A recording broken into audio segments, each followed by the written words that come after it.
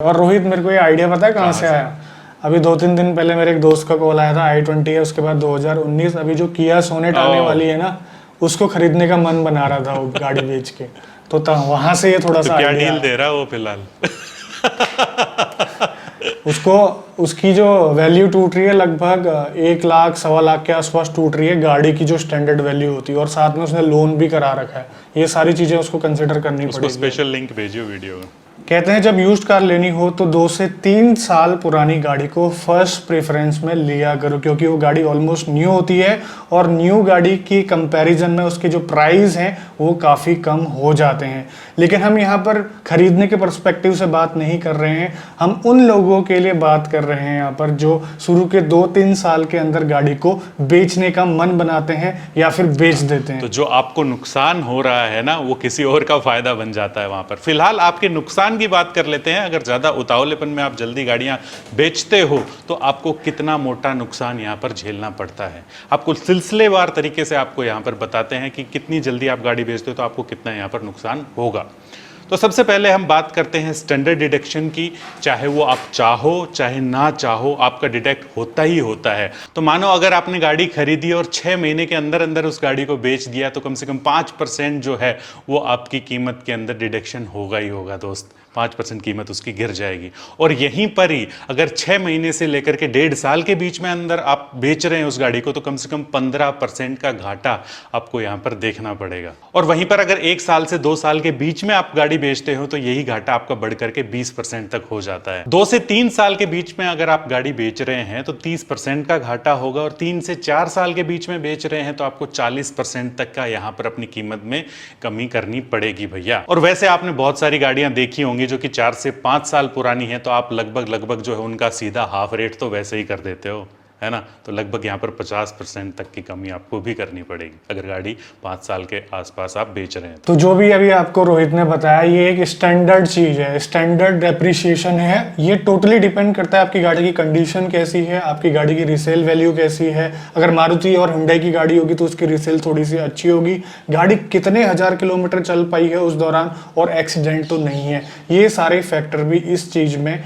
Involve होते हैं आपकी गाड़ी के रेट को डिसाइड करने में। अब बात कर लेते हैं भैया दूसरे टाइप के घाटे की। जब आप नई गाड़ी खरीदते हो तो थोड़े से भावनाओं में बह जाते हैं और आप उस गाड़ी का एक्सटेंडेड वारंटी वगैरह भी ले लेते हैं, अलग से एसेसरीज वगैरह भी लगवा लेते हैं। मान लीजिए आपने एक्सटेंडेड वारंटी ली 3rd और 4th ईयर की, लेकिन उससे पहले ही आपने गाड़ी बेच दी तो वो तो आपके लिए सीधा सीधा नुकसान हुआ ना। उसका कौन सा आगे वाला आपको जो है एक्स्ट्रा पैसे दे करके जाने वाला है। और वहीं अगर हम बात करें एसेसरीज की भैया, तो वो भी आपको ना के बराबर ही रिटर्न दे करके जाती हैं। चाहे आप उसके अंदर अलॉय व्हील लगवा लीजिए, चाहे उसके अंदर चौड़े टायर लगवा लीजिए, चाहे इंटीरियर चेंज करवा लीजिए, चाहे बाहर कोई ग्राफिक वगैरह करवा लीजिए, जीरो हो जाती है ऑलमोस्ट कीमत उनकी भी। अब ये जो पॉइंट है खासकर उन लोगों के लिए है जो लोन लेकर गाड़ी खरीदते हैं। सबसे ज्यादा नुकसान उनको होता है अगर वो शुरू के 2-3 साल के अंदर गाड़ी को बेच देते हैं। सबसे पहले चीज है लोन की प्रोसेसिंग फी आपको देनी पड़ती है, 1% के आसपास रहती है लगभग कई सारे बैंकों में, प्राइवेट बैंकों में यहाँ पर बात कर रहा हूँ।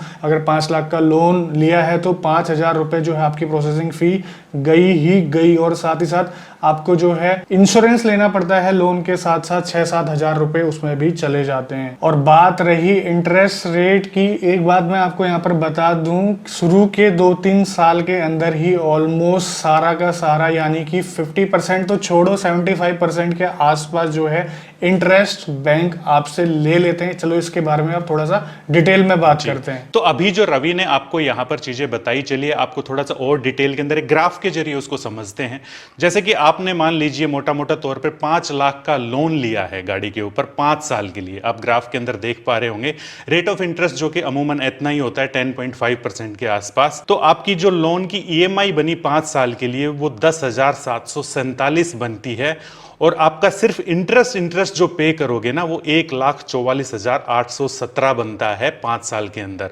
तो टोटल आपका प्रिंसिपल अमाउंट और इंटरेस्ट मिला करके 6,44,817 यहां पर बनता है 5 साल में। तो यहां पर अगर देखा जाए तो लगभग 22% जो है वो आप सिर्फ इंटरेस्ट दे रहे हैं बैंक को। और अगर इसी फिगर की बात कर ले तो लगभग 1.5 लाख के आसपास जो आपका इंटरेस्ट बन रहा है, तो इतने तक की तो मेरी गाड़ी है यार सेकंड हैंड, इतने तो इंटरेस्ट में आप एक गाड़ी ले सकते हो। तो चलिए बात करते हैं कि ये इंटरेस्ट इंटरेस्ट किस हिसाब से आपको जो है पे करना पड़ता है, नीचे जो आप ग्राफ देख पा रहे हैं उसमें आपने पहले साल में आप देखेंगे कि लगभग जो है 48,000 के आसपास जो है आपने इंटरेस्ट पे किया, और दूसरे साल में 40,000 के आसपास, और तीसरे साल में 30,000 के आसपास। टोटल इंटरेस्ट रेट था आपका 1,44,000 के आसपास, और शुरू के 3 साल में आपने मोटा मोटा 1,30,000 के आसपास इंटरेस्ट दे दिया। जो बाकी है वो आपको 2 साल के अंदर देना है। अब देखिए, अब इसमें यहाँ पर 3 साल में कितना नुकसान हुआ आपको। आप ऐसे भी देख सकते हैं, पहले साल में बेचते तो 50,000 का नुकसान होता सीधे सीधे इंटरेस्ट का। तो कहने का मतलब ये है भैया कि बैंक को आपके ऊपर कोई भी भरोसा नहीं है, वो पहले ही अपना मुनाफा वसूल कर लेता है और बाद में कहता है अब आप अगर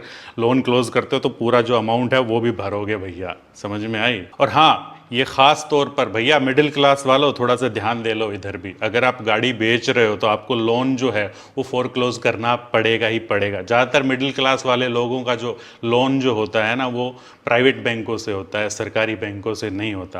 और जब आप इसको फोरक्लोज करते हो तो 5 से 6% जो है वो फोरक्लोजिंग चार्जेस भी यहाँ पर देने पड़ते हैं। देख रहे हो यहाँ पर बैंक वालों की एक और चालाकी देख 3 साल के अंदर इंटरेस्ट तो आपका पूरा ले लिया, अगर 3 साल के बाद आपने फोरक्लोज करना है लोन को, फिर भी उसके ऊपर 5 से 6% एक्स्ट्रा लगाते हैं फिर से इंटरेस्ट।